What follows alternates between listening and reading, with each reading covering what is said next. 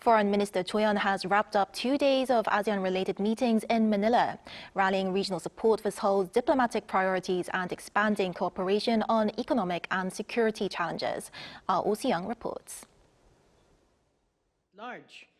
Foreign ministers from across the Indo-Pacific have called for renewed dialogue with North Korea, while reaffirming the need for denuclearisation and compliance with UN Security Council resolutions.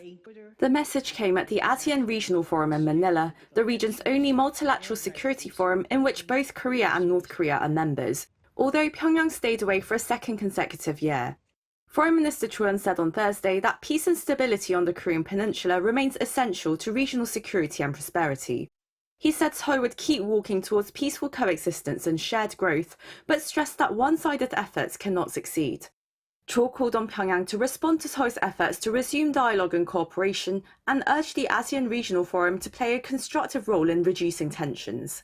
Many of the 27 participating members expressed concern over North Korea's continued nuclear and missile development. They emphasized both the denuclearization of the Korean Peninsula and the importance of bringing Pyongyang back to dialogue.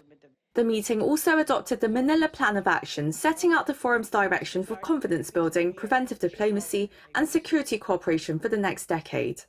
At the East Asia Summit Foreign Ministers meeting later in the day, Cho again sought support for resolving Korean Peninsula issues through dialogue and diplomacy. On the South China Sea, he stressed that freedom of navigation and overflight must be guaranteed, and that any code of conduct should comply with international law and protect the rights of third countries. Participants also called for unhindered humanitarian assistance in Myanmar, while expressing concern over renewed tensions around the Strait of Hormuz.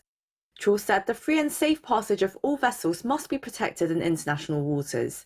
The meetings followed the ASEAN +3 Foreign Ministers meeting, where Korea, Japan and China discussed closer cooperation with the 11 ASEAN members.